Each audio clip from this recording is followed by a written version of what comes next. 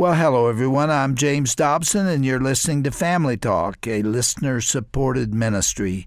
In fact, thank you so much for being part of that support for James Dobson Family Institute.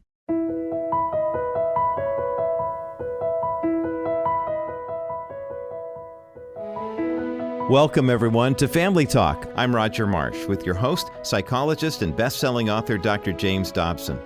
In a moment, we'll continue the interview we started yesterday featuring Dr. Dobson and author David Horowitz. He's a New York Times best-selling author and a prominent conservative speaker and activist. Yesterday, David Horowitz and Dr. Dobson talked about the importance of teaching America's Christian foundation. David also shared why he walked away from a progressive communist mindset and embraced a conservative one instead. Today, they'll be discussing the origins of animosity toward religion and why President Trump is so widely hated today. With that said, here now is Dr. James Dobson with author David Horowitz on this edition of Family Talk.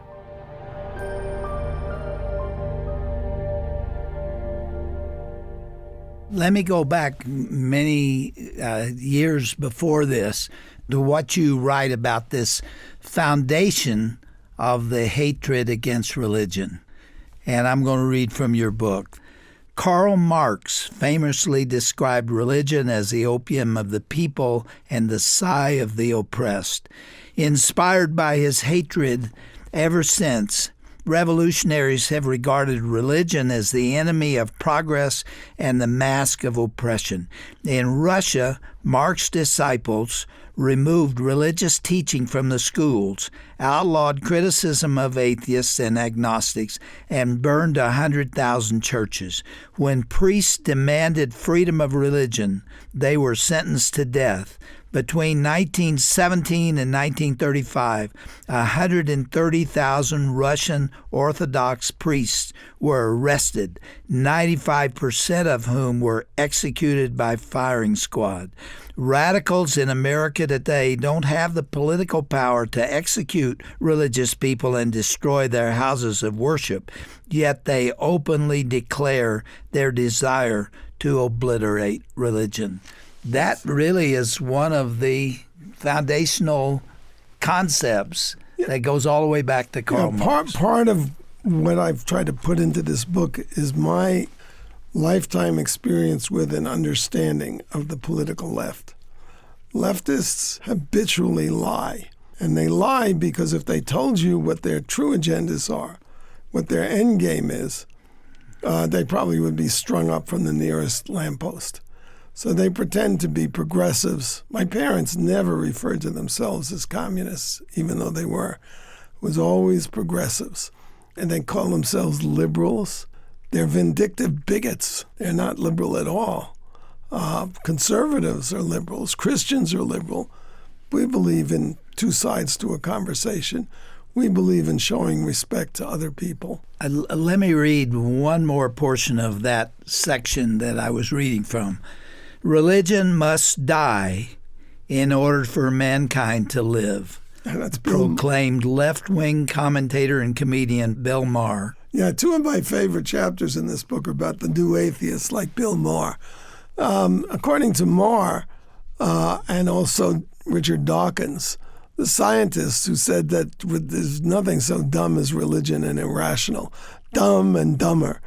Of course, every great scientist that created the scientific revolution, whether it's Galileo, Newton, even Darwin, were believers, all of them. And it was being believers that caused them to have these scientific insights because they believed the universe was designed, that there was a design to it, and they set out to discover the design. That's why I have very little respect for professional atheists. Christopher Hitchens wrote a book whose subtitle was How Religion Poisons Everything. Actually, he had it exactly upside down. People poison religion, not the reverse.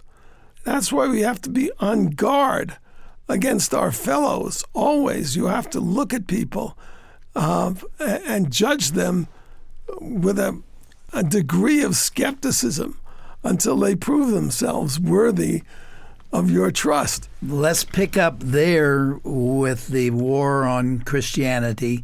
and bring it up more to contemporary times. Well, they spun out these Supreme Court decisions.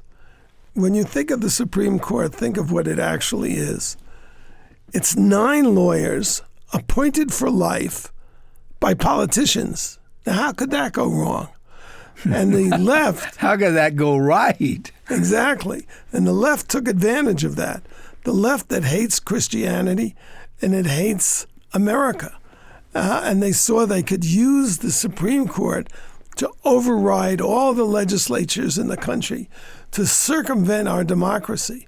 And they came up started in the 60s with the idea that there was a right to privacy in the Constitution. There is no such right. You can read the Constitution till you're blue in the face, and you will not find a right to privacy. But they invented this right to get rid of a Connecticut law, but the left wanted it to be a fundamental right built into the Constitution, a constitutional right. And in 1973, they committed an atrocity on this country called Roe v. Wade. The person who was called Roe was Norma McCorvey. How they used her and abused her. She was a very disturbed person. She already, I can't remember if she had 2 or 3 children she had before she was 20. She was uncertain of her gender. She was a druggie, and she got pregnant and wanted an abortion. And she knew that these leftists at the University of Texas, they were actually SDS members, that the lead lawyer had an abortion, and she just wanted help getting an abortion. And they, even though their principle was to make abortion legal, they knew that to make their case, she had to have the child. She had to wait. She couldn't abort the child, because if she aborted the child, there was no case. So they really wrecked the life of this woman to do it. Somebody like John Hart Ely, who's a very, very famous liberal law professor at Yale, and who was a pro-abortion, he said there's no connection to the Constitution in the Roe v. Wade decision. But these arrogant justices did it anyway, and I can't remember, maybe it was Justice White, who in dissent said, what's private about an abortion? It involves a doctor, it involves a mother, and of course the unmentionable, it involves an unborn child. And that overnight changed the fundamental law of the country without consulting anybody, without getting legislation passed, without trying to persuade people, drove it through the whole Bible Belt and split the country. And we've never recovered. That's why we're 2 nations now. That's why we don't have a shared conversation, really. You know, I lived through that era, and I was instantly incensed by that decision.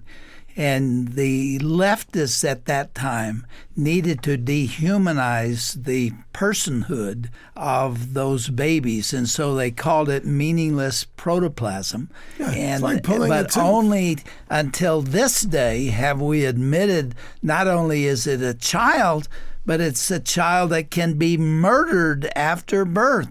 They've gone all the way from that. Well, that shows sham. Their true agendas. That shows their true mentality, which is inhuman. All these, people who appear to be nice are willing to murder born children. That's what the meaning of the New York law is, and the law in Virginia. If the $1 billion, I think, is what Planned Parenthood, of course, they make a fortune. They make $300, $400, $500 million a year on abortions. That's why this is not an issue that will go away for them. Suppose all those resources at Planned Parenthood were devoted to finding homes for these children. That would make the world of difference. It's not a pro-choice movement. That's not what Margaret Sanger wanted, though. Oh, Margaret Sanger was a eugenicist. She believed that people should be bred like animals, and that we should, root out the defective ones and the inferior ones. And her mind was focused pretty much on black people to do that to. And that's why Planned Parenthood's main centers are all in black communities. And while black women are 6% of the population, they account for 40% of the abortions. You know, it's taken so long, but finally you have people like Candace Owens pointing this out. This is a genocide committed against Black Americans by people who are pretending to be their champions. I've shared this before, but Shirley and I had the privilege of being at the inauguration of George Herbert Walker Bush, the first Bush, and we were sitting by Jesse Jackson. And I'd never met him, and we had a very interesting conversation, and it was fairly civil, back and forth. And then I said to him, Jesse, I have to ask you a really tough question. I'd appreciate your answering it. You know that abortion is aimed at your people. You know that they're killing Black babies more than white. You know that this is a form of genocide, and yet you have not condemned it. Tell me why. Why have you been silent on this issue, or you've come down on the wrong side of it? And he said, I will talk to you about any subject of any nature that you want to discuss, but that one, I will not answer that question. Because he's a hypocrite. Because he actually was anti-abortion until it became a signature of the Democratic Party. Within the Democratic Party, you can't hold a dissenting opinion. There was an SDS newsletter in the 60s which said, the issue is never the issue. The issue is always the revolution. So Jesse Jackson put the revolution, the army he was part of, above the principle of life. Yeah. That's how dangerous these people are. These are truly dangerous people. People who have never been in an ideological movement do not understand its power. I want to ask you a question that some of our listeners will feel is political. Let's remove the politics from it and ask you to deal with the essence of the question. Whence cometh the hatred of Donald Trump? Yeah. Not just politics, not Republicans, not Democrats. They hate him viscerally, and nothing he wants to do, even things that are traditionally Democrat in nature, are acceptable to them. Correct. Because they understand that he's a threat to the revolution, their revolution.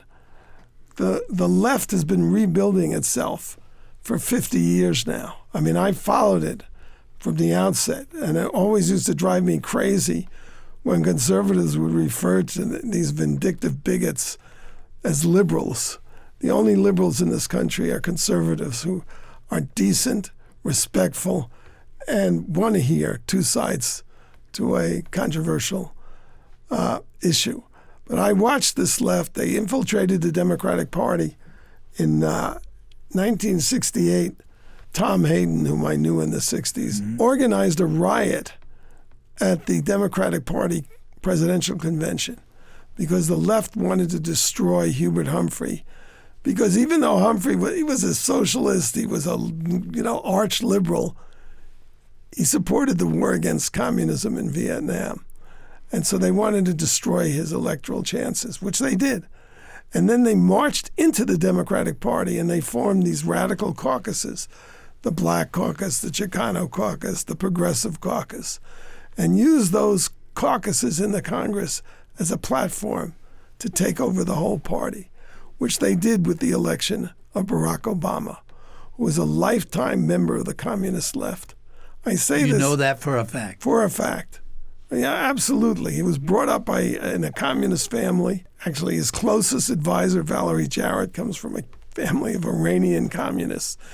The guy who ran his campaigns, David Axelrod, comes from a family of communists. And I can tell you, as somebody who was part of that movement, that when you understand that that movement is evil and it wants to destroy America, when you understand that, the first thing you want to do is warn other Americans that these people are dangerous. You never saw that coming from Barack Obama. He was supported by these extreme leftists through his whole career.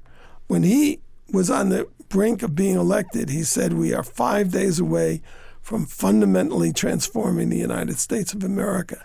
Every leftist understood that the revolution was at hand here. And Donald Trump then appears to undo all this. And the first signals he gave were his lack of political correctness. Political correctness is another term for the party line. You know, if you have to call black people people of color, that's the party line. And there's a reason for that. The only people in the world who are not people of color are white people, the enemy. It's not even English. That's the way French speak. Peuple de couleur. We don't say, I have a television of color, do we? Mm-hmm. Completely ideological, and it's designed to demonize white people and to lump all black people, all people of color, I hate those phrases, in one basket. But if you look at what happened in Rwanda, the Hutus, who are black, massacred 1 million Tutsis who are black. They don't have any common interest. If you think of people coming from Mexico, some of them are descended from the conquistadors, the oppressors. Others are descended from the native Indians, who also in their way were oppressors, but you could look at as victims. But when they cross the border into America, they're all people of color, therefore victims. That's the way the left operates. That's the way it thinks. And here comes Trump. And one of the first things he does in his debates with Hillary is he looks her in the eye and he says, "You are a liar and a crook," which he is both. But no Republican would say that before Trump because she's a woman. So she has it both ways. She can accuse 63 million people, or how many members of Trump's supporters, of being racist, sexist, homophobes, Islamophobes, xenophobes, deplorables, irredeemable. She can do that, and nobody can touch her because she's a female.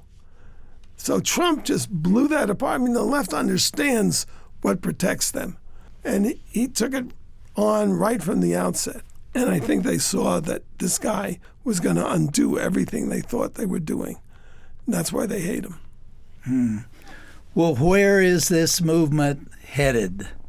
Are we going to ultimately lose to the revolutionaries who want to fundamentally change this?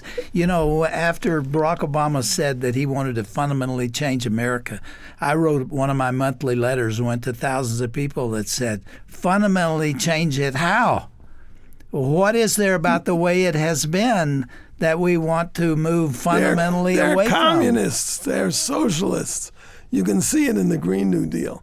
They want to take away everybody's automobile. 268 How irrational is that? million. You can't do that without instituting a police state, and they're very ready to do it. You ask me, how can we defeat them? Who does it depend on? It depends on the people listening to this show and people like them.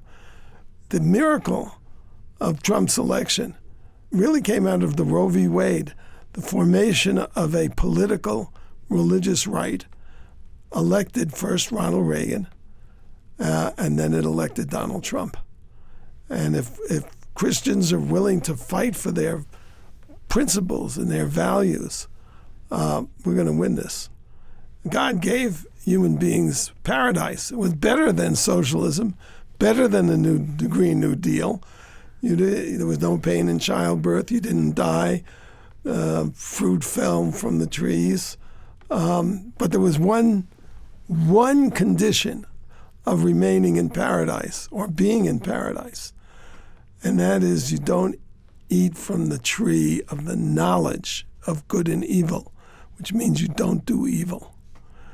Our foreparents were ornery like all of us. It's really interesting, you being an agnostic Jew, quote from the Bible that way and show an understanding of it.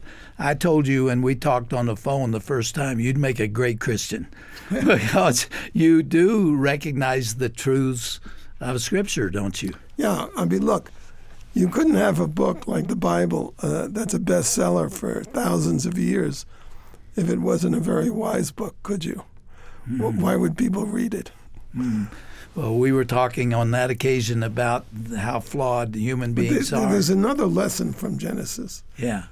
What does the serpent say to Adam and Eve? You will be as tempt them? gods. You shall be as gods if you eat from that tree. Yeah. And that's the arrogance of the left. They think that they're God. It's a crypto-religion, and they're the saviors in their own minds. I call them the social redeemers. That's how they can tear up a whole country. That is the way they see it. It's a holy war. It is. It's a war of fundamental beliefs. It is. It's an irreconcilable conflict right now. And a lot depends on how our side fights the war. If it will educate people, it has to educate people about America's true relation to slavery, something we can be proud of as a nation. We ended it. The fact of the matter is there's so much evidence of the wisdom of the pro-American case. David, we are out of time, and I said it before that I regret sometimes the clock is an enemy. Let me end with this, or ask you to end with it. What we're really engaged in is a civil war of values. There are two primary views of looking at politics, mankind, and everything in between. In my view, as a Christian, it's a spiritual warfare. It is really good against evil. I mean, there's not that people on the conservative side don't have their evil and wickedness too, because we're all flawed. And there are no perfect people. We wouldn't need a savior if that was the case. But given the nature of that conflict, is unity ever possible again? You understand my question? It is an irreconcilable battle. One has to be careful. The principles which the left or progressives have adopted are evil principles. They involve demonizing all opponents. Everybody who disagrees with them is a racist. If you believe America should have borders like every other country, you're a racist. Those are evil doctrines, and they have to be fought that way. But not everybody on the left is an evil person. I hold the leadership, the national figures who did not defend American principles, who do not insist on respect, who go along with the persecution of the Colorado baker, who is not a bigoted person himself at all, who was, willing to make cakes for the gays, just didn't want to make a cake with a slogan that violated his religious conscience. When I see people on the left defend his right to hold his Christian views, that's a basis for unity. We cannot have a nation that believes in pluralism, tolerance, compromise, together with a nation that believes that we live in an oppressive system where white people are bad, males are bad, straight people are bad. That is an un-American view, and I think there could be bloodshed. These groups on the left, Black Lives Matter, Antifa, these are violent. The Revolutionary Communist Party, these are violent groups, and they will commit violence. But there can't be a civil war again because the federal government is too powerful and too big. What there will be is a political civil war for control of the executive, and that's where our energy has to go. Man, you give us so much to think about. This has been a fascinating discussion, David, and I appreciate you coming and laying out these thoughts before us. These are substantive ideas and issues that must be confronted and talked about. That's why I said in the beginning that every American should read your book, and I hope they will. The title of it is Dark Agenda, The War to Destroy Christian America by David Horowitz. Will you come back and be our guest absolutely. again? I can't tell you how much I've enjoyed our time together today, both on the air and off. Well, a lot of food for thought here. Let's do it again. Okay.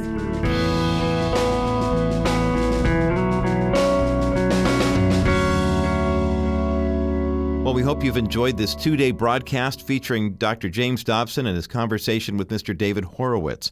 Visit today's broadcast page at drjamesdobson.org for more information about David's book called The Dark Agenda. When you visit our website, you'll also find links for David's organization and the first part of his conversation with Dr. Dobson as well. I'm Roger Marsh. Thanks so much for joining us today. Have a blessed day, everyone. This has been a presentation of the Dr. James Dobson Family Institute. This is James Dobson again. Before we go, I'd like to remind you that Family Talk is a listener-supported program. If you've enjoyed this broadcast, we'd appreciate your helping to keep us on the air. As you know, we talk about everything from religious liberty to the sanctity of human life and raising boys and girls, among others. These are the passions of our hearts, and I hope they are for you too. Thank you so much for listening and for being part of this ministry. For more information, go to drjamesdobson.org.